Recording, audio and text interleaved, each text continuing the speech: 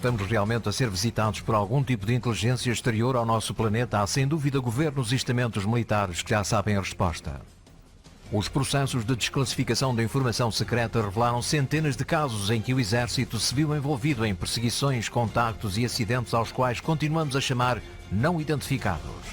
Imagens surpreendentes obtidas sobre a superfície de Marte, bases militares em estado de alerta, caças e aviões de passageiros obrigados a aterrar. Estamos preparados para saber toda a verdade?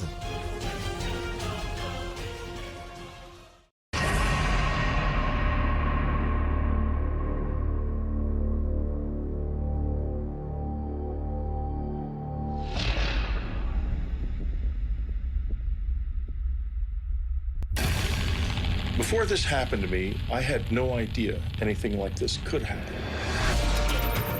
I was awakened by a presence. Then I began to see these faces, and I wasn't quite sure what was going on. There was a long, needle. They said they were going to put this into my head, and it scared me to death.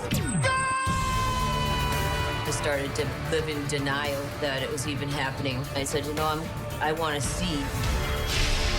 I looked up and they started to lift me towards this just enormous craft. It was terrifying. They're doing something to me. It's not something that's in my head at all. It's real, it's happening.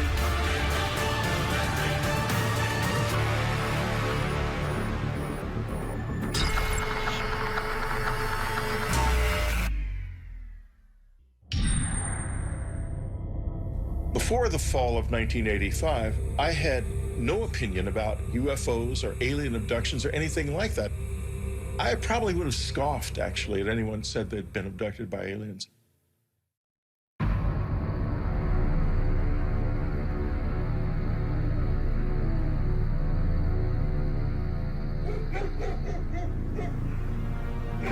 At the time of my first encounter, we had a country house, very isolated. The property butted up against a large state-owned area of 15,000 acres of forest.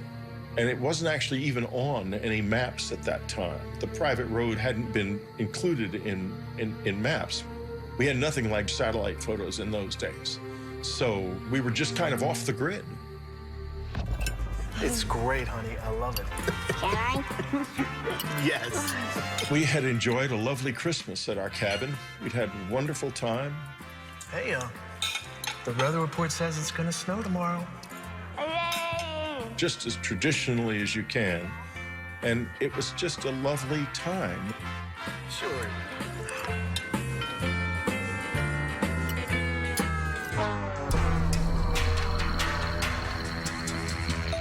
Every night, I went from door to door and window to window, making sure everything was locked.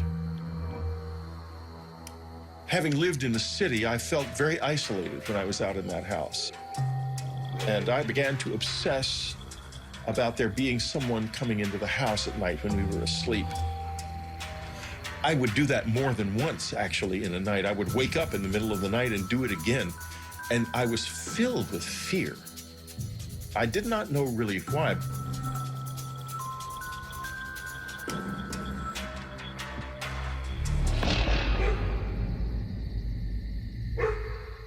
There was absolutely nothing suggesting anything unusual. But on some level, I knew damn well something was wrong.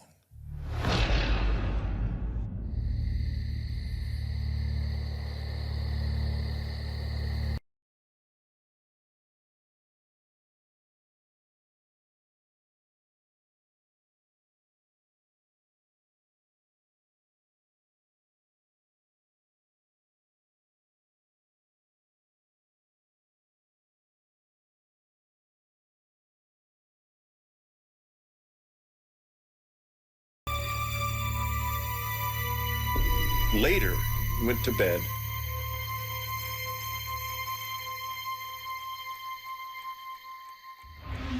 I was awakened by a whooshing sound.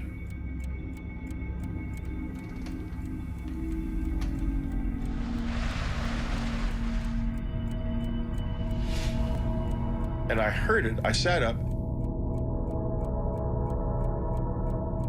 Maybe it crossed my mind that it might be the dishwasher.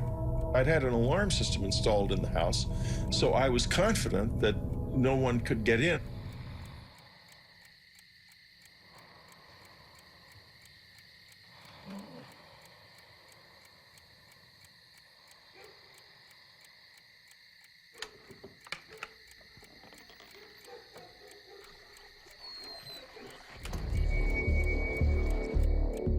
As I woke up, I became immediately aware of a presence.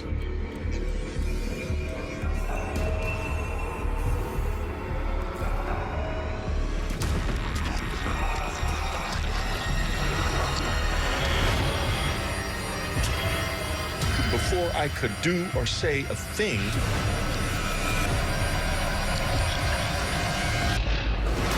I was gone. I was blacked out. After the blackout, something happened to my body. I didn't feel anything. I could feel my core being, my inner self, but there was nothing happening on the surface. I was like paralyzed and I had lost sensation. Then I remember a feeling like going up in a fast elevator. And I saw the trees whipping past beside me. It happened so fast, I didn't get a chance to gather myself together.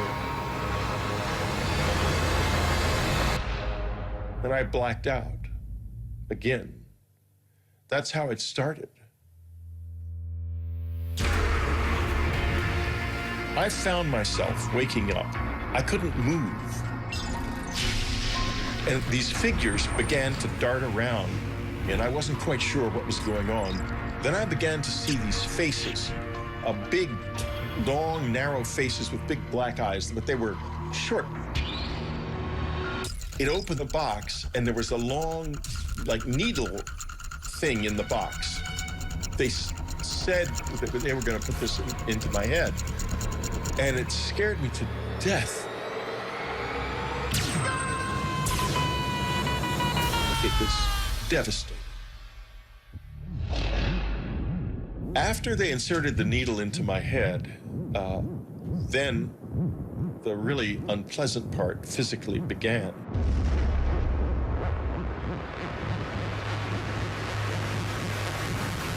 They inserted something into me. I blacked out.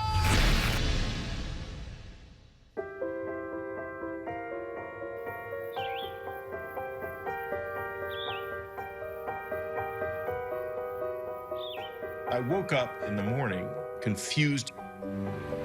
I felt like I'd been in a fight or something.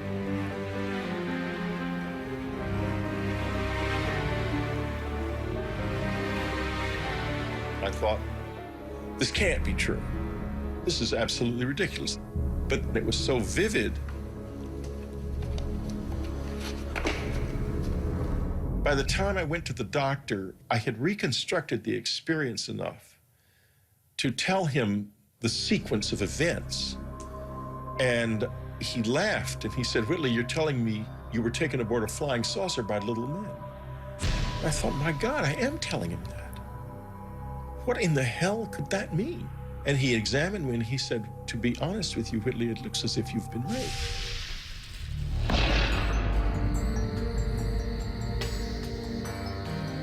In the weeks following this experience, I was very unstrung. I began to fear that something might happen to my family. I fought with my wife, and I tried to get her to go and live somewhere else with my son. They wouldn't be safe from them. Can I turn on TV? No. We're still having supper right now. But we're not talking. Well, then concentrate on eating your food. I think I was probably quite short with him at times during that period. I was very concerned about them both. Maybe we should take a trip to the city. Just get out of here for a while.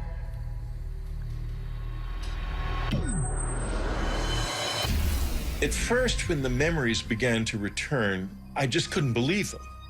I thought that I had been drugged by somebody or been hypnotized and had this experience implanted in my mind.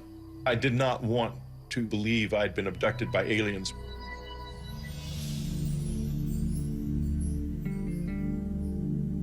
I also had done some research by then and found out that there was a lot of UFO activity in the area.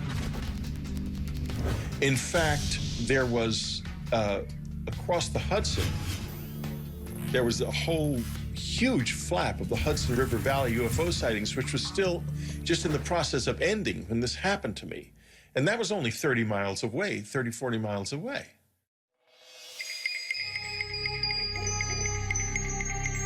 My brother had given me for Christmas a book called Science and the UFOs. In it, I found a description of something that was very similar to what happened to me, and I was shocked. But I still was just scoffing at the idea of alien abduction, because at that point, anything but what might have really happened was what I wanted to grasp on. I wanted it to be something I could understand and handle, but I couldn't stop thinking, what if it's real? I want you to focus on my pencil. I was obsessed with continuing because I wanted answers badly. Barely keep them open. And my life just blew up in my face. Stop it, please, stop it. I had a close encounter of the third kind, for sake.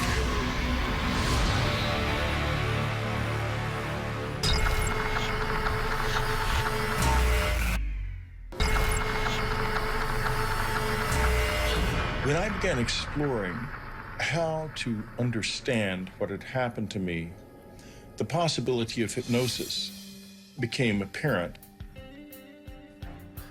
I've never been hypnotized before. I don't know if it'll work on me. Well, let me worry about that. Even under hypnosis, no one's gonna make you say anything that you don't want to. Okay? You're the one who's in control. Okay? Okay. All right. I want you to focus on my pencil. And while I do this, I want you to relax. All right, relax your face. Relax your neck and shoulders. And now I want you to relax your eyes. You can barely keep them open. When I went into hypnosis, what I saw was so vivid and so unexpected.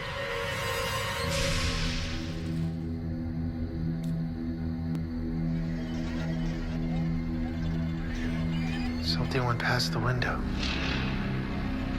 Something went past the window? Something big. Someone else is in the room.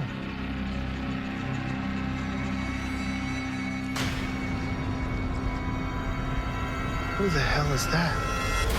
Is that somebody there? Can't be. I don't want to be there. I don't want to be there. Oh, God, stop it, please. Stop it. Don't let them take me there. Stop! It's okay, Whitley. Look, you're safe. Okay?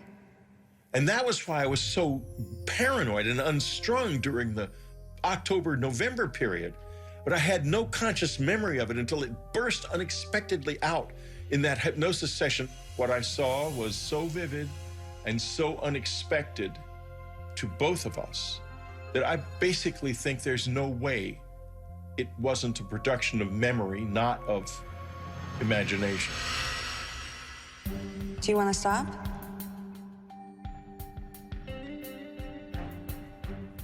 No.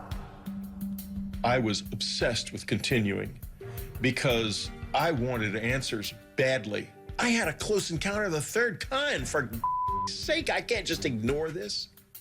Okay. Now it's the night of October 4th. You've just woken up. And tell me what you see. Under hypnosis, I saw one of these alien figures standing in my bedroom. It touched my head with a wand that had an electric fizzle to it. And it flashed terrifying visions. The first one I remember is a vision of my son. Something is happening to him. And I had the impression he was dying or being kidnapped or something at the time, and it was very frightening. The second vision was a vision of my father dying. He died previously of a heart attack. He was already dead. And the sense of sadness I felt was profound. I loved him deeply. There was a third vision involved, an apocalyptic vision, the end of the world, and of everything being destroyed, either in a nuclear war or a natural catastrophe of some kind that looked like a war. I remember the sense of despair and helplessness that it brought me.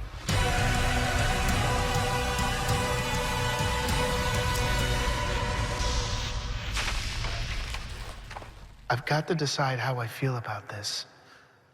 I can't deny it anymore. When I began to gather myself together, I had met by this time other people who had had similar experiences. I began to ask myself, what did they want from me?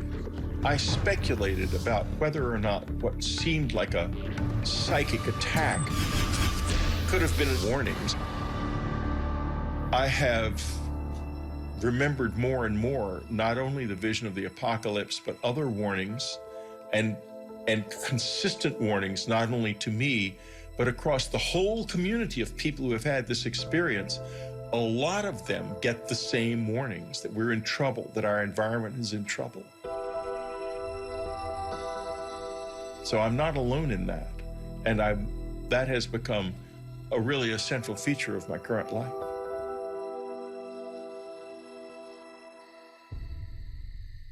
In March of 1986, I had what was a seminal moment of change for me in this experience.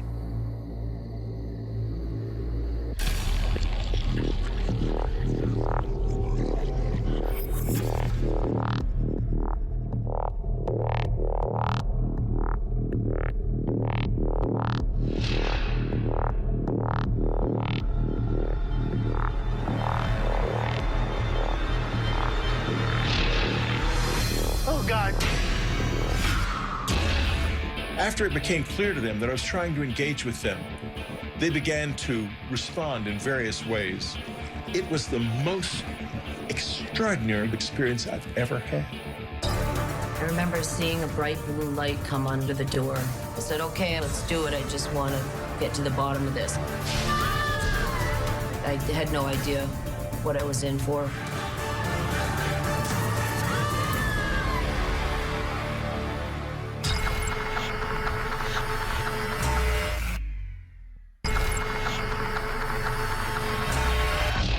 In March of 1986, I had what was a seminal moment of change for me in this experience.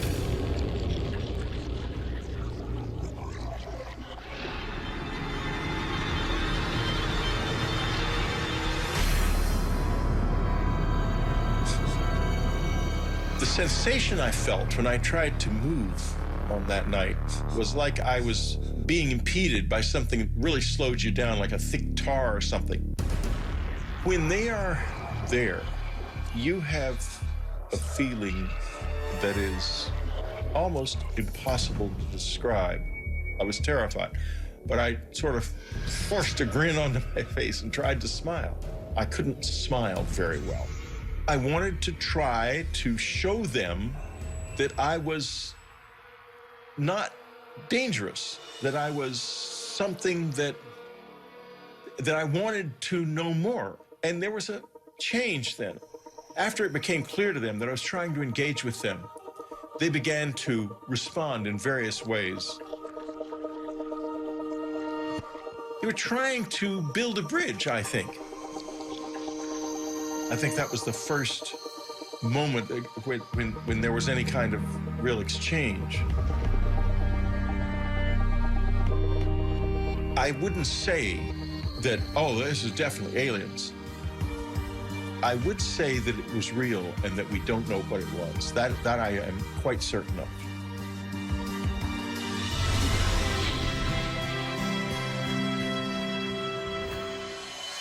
The public reaction to my book Communion was very complex. Literally, as soon as the book was published, letters that week, literally the week of publication, letters started coming. You got more letters.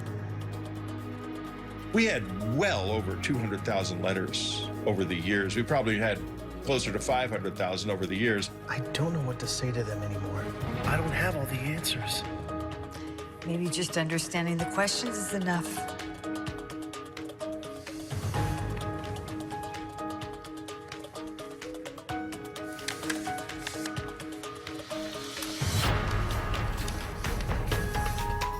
After I began to read them, I realized there's something happening on planet Earth that we do not acknowledge. We don't know what it is. Is it aliens? Is it something to do with us and something about the way we are that we don't yet understand? I don't know, but it's real.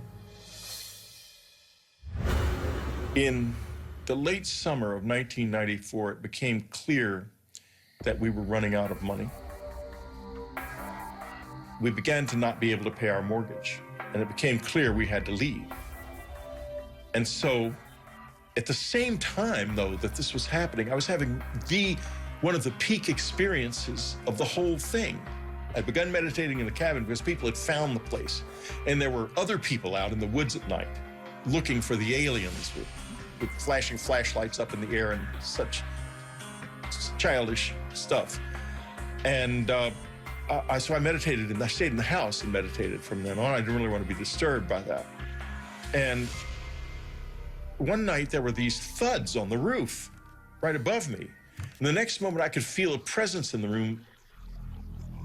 At this point, these years later, I was easy with their presence in the house. I wasn't scared of that. And I finally said, I want to see you as you really are. And I didn't see anything. And so I said, well, this is it. I'm leaving this room now, and I'm leaving it forever. I will never return to it, because tomorrow we leave, and we're leaving forever.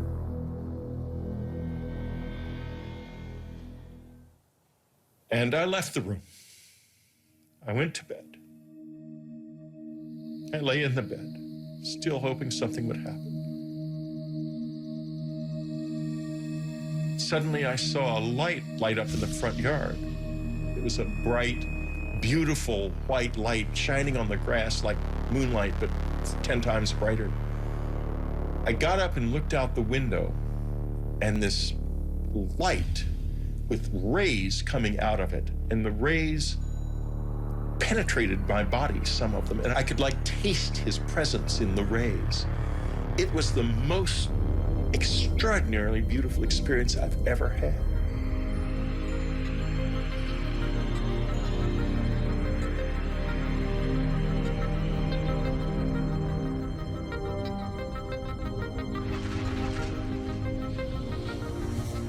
The next morning, we left the cabin, and the experiences have never been like that since. People who don't have open minds and are dismissive of all of this miss out on one of the most wonderful, frightening, dangerous, beautiful things that you can know. I did not ask for this. I did not know about it. I did not expect it. I did not want it, that's for sure. But it burst into my life without warning, and it's never left me since. Take from this what you will. This does happen to me. It has been happening to me all my life, and you don't have to believe, because I know the truth.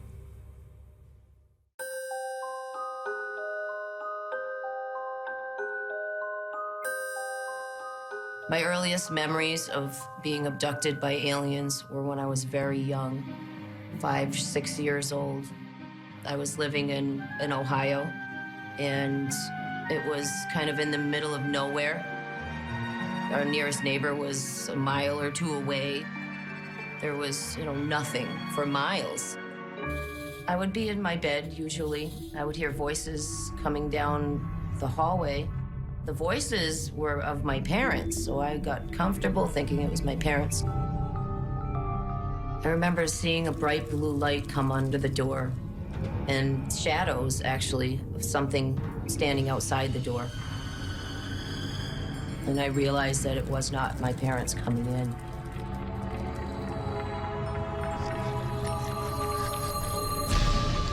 When they got close, I'd see those black almond-shaped eyes just staring right at me. Emotionless eyes just looking at me. and they would extend their hand and I would grab it as if I was really comfortable with them and had done this many times before. And they often would let me take my favorite stuffed animal with me. As a child, I didn't realize that these beings didn't visit everybody at night. I thought when people went to bed, the bald men would come for everybody, and it was just a normal thing.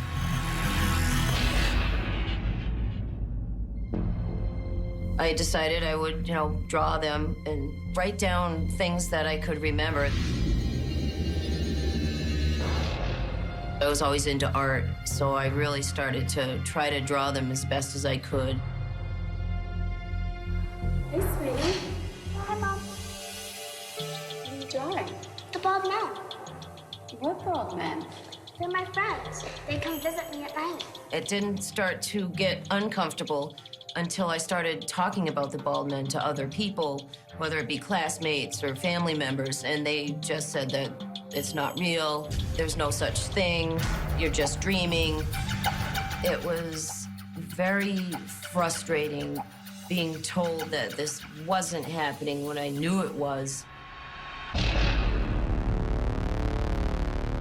Okay, Audrey, I need you to relax. As an adult, I would remember bits and pieces. I remember them coming in. I remember them doing something to me so I couldn't move. I remember them bringing me somewhere else and being other places. But the things I didn't remember were, what were they doing to me when they took me? And I said, okay, I need to find people that could maybe help me. Close your eyes. Take a deep breath. Regression was a great tool to bring back the missing pieces, the memories. We're gonna focus on a room. Didn't even think about it, didn't get educated on it, said, okay, I'm gonna get hypnotized, let's do it. I just wanna get to the bottom of this. It's a basement. You're gonna walk down the stairs. And in the back of my mind, I'm thinking, this isn't gonna work. Those memories are gone. I'm never gonna remember what's happening. I didn't know anything about it. I had no idea what I was in for. 3, 2, 1.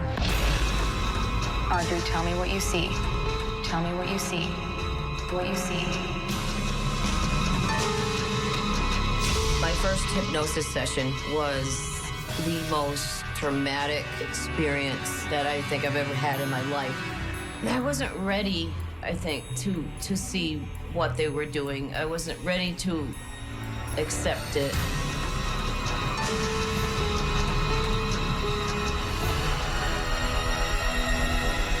The bald men were just terrifying to look at.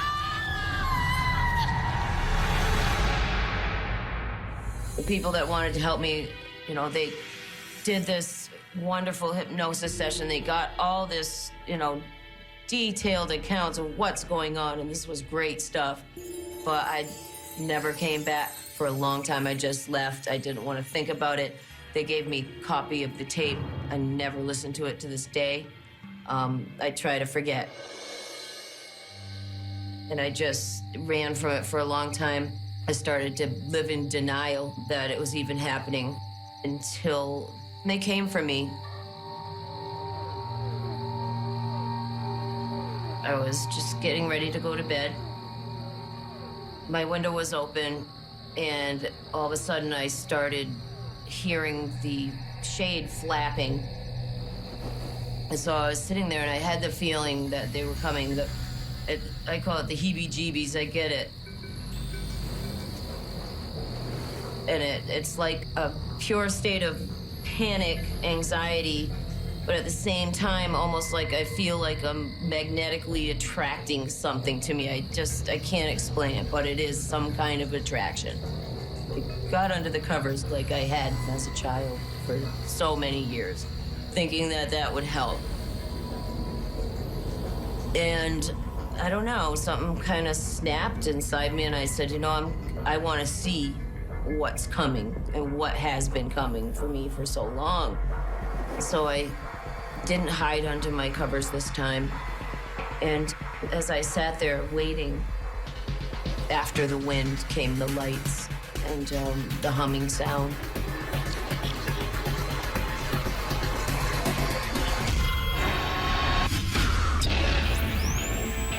I woke up at a time I wasn't supposed to wake up. As I grabbed him, I heard, "Watch out for the mother."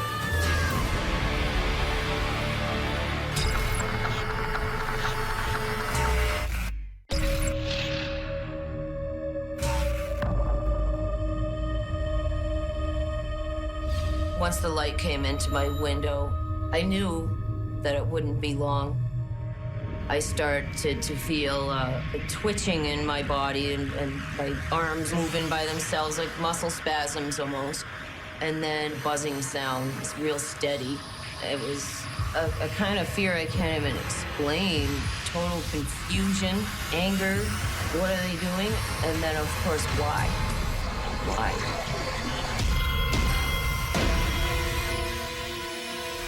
I tried to scream so somebody could hear me and maybe help me, and I couldn't. There was no sound that would come out.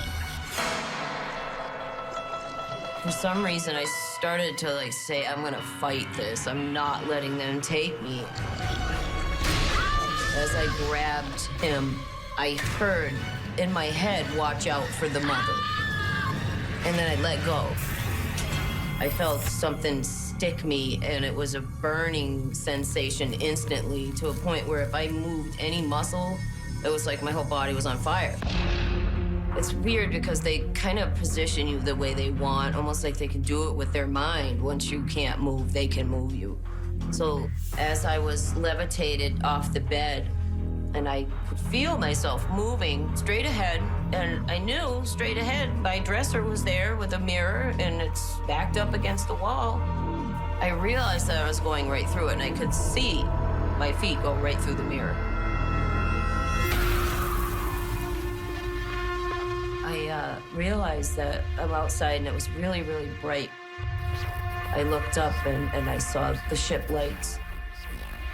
And they started to lift me towards this just enormous craft above my house. It was terrifying, confusing, surreal. Like, this can't be happening to me. And I went close to the ship.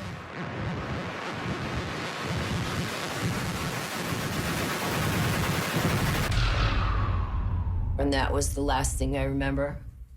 And then I just blacked out.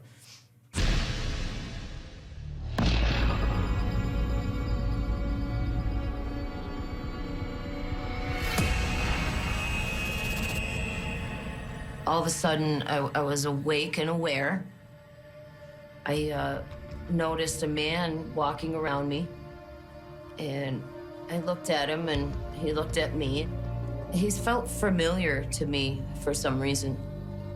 He touched me and was no longer a man. At this point, I asked it, and when I say asked, it's completely telepathic. And you somehow know who it's coming from, and even if there's a group of them.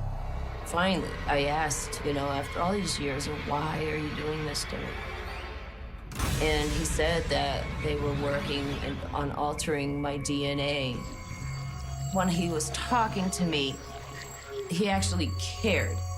And that was a feeling that was really confusing because, of course, if you care, why do you abuse me? If you care, why are you doing this? But then I got to ask him, and he said what he was doing. This was like a breakthrough. I got to talk to him, and it's been years. It's almost like that first question that I got to ask was just the beginning. There was a machine. It was strange looking, but I knew it was some kind of a clock. And it was counting backwards. I heard the words "war," and then just blacked out completely. And that's all I remember until, I woke up at some point. I don't know how long it was, but I regained consciousness. I'm still on the table.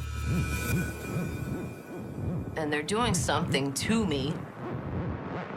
They had a machine that actually physically came and removed my eye. And when they pulled the eye out, I noticed that there was something coming to where my eye had been into the socket. This big, long needle, they put it into the eye socket, did something.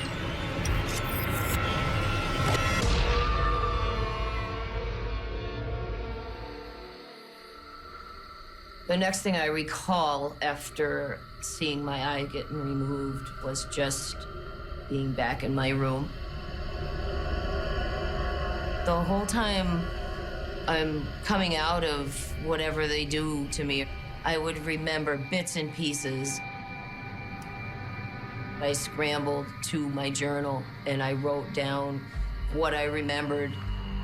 I don't usually even look at my journal because it does tend to bring back a lot of the fear and the emotions.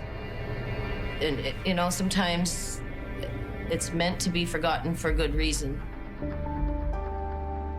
Years later, I started to have physical problems from it and actually had to, you know, undergo various surgeries because of unexplained scarring in my tubes and ovaries and uterus. There was just, you know, the doctors didn't know what it was from. There's just scarring in there. I never told the doctors what I knew it was from. It's not something that you can say, all right, hey doc, you know, this is what's going on, especially back then.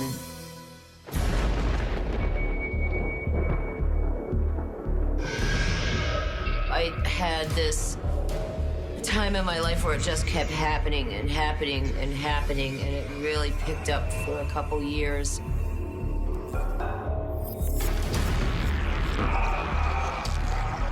This encounter started as it always does.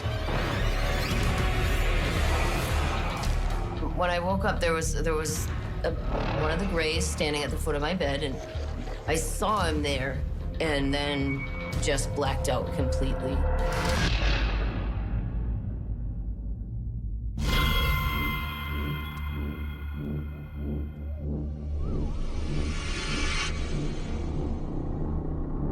As I wake up this time after I blacked out, I was in a strange place. I realized that I was in a cocoon surrounded in gel.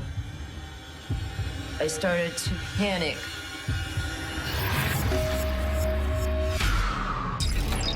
One of the Greys realized I was awake, hurried over to me, and I remember seeing a needle coming at me, and it was a fear I can't even explain.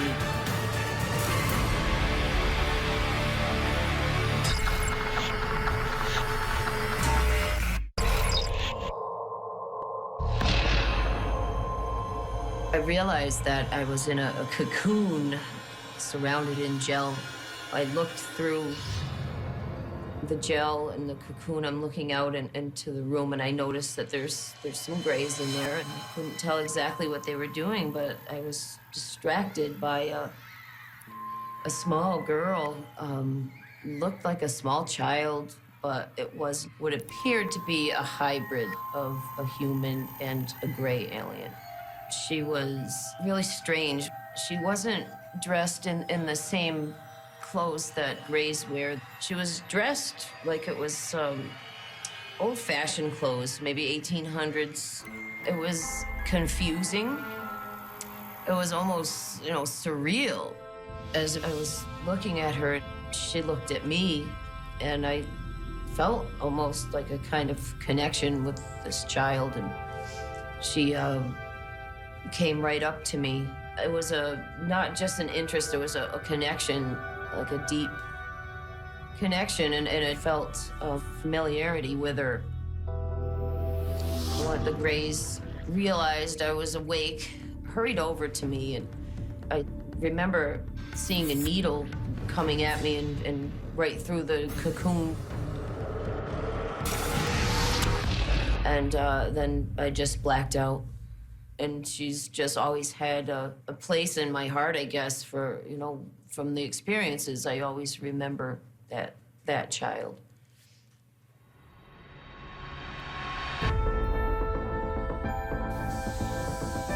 It's like they're preparing us for something that's going to happen in the future to mankind. It's a preparation of sort.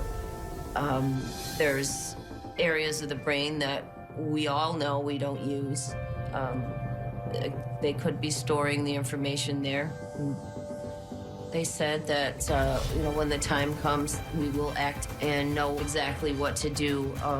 Whatever's going to happen, I think that as abductees, we're being prepared to assist others with whatever change is coming to this planet.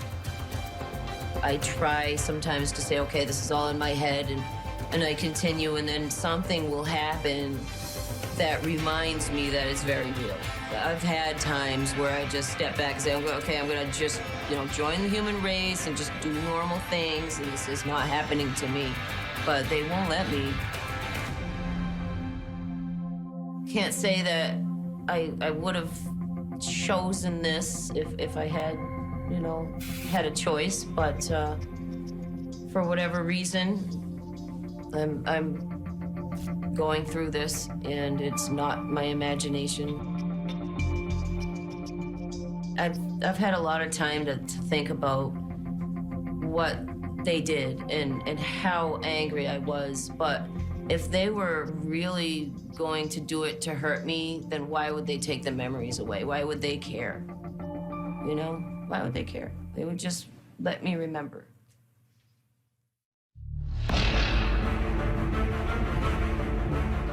I think that literally everybody is afraid of this. I think it happens to far more people than remember it at all. I see it as a part of the human experience that we cannot acknowledge. Most skeptics and people that don't believe are probably the ones that believe the most. People are eager to reject the things I've written about. And they are so scared of it that they have to put it out there that it's not happening. But when they look up in space at night, I think they really know that there's not a chance that we're the only species here in this universe. And it's an unknown that every single one of us senses is there. And I know that the population of people are being able to start talking about it. It's like there's a worldwide awakening happening right now. That there is something happening on this earth to human beings that is powerful and real, and that we either don't or can't acknowledge, even to this day. If you don't believe now, then just wait a little while, because the proof is coming.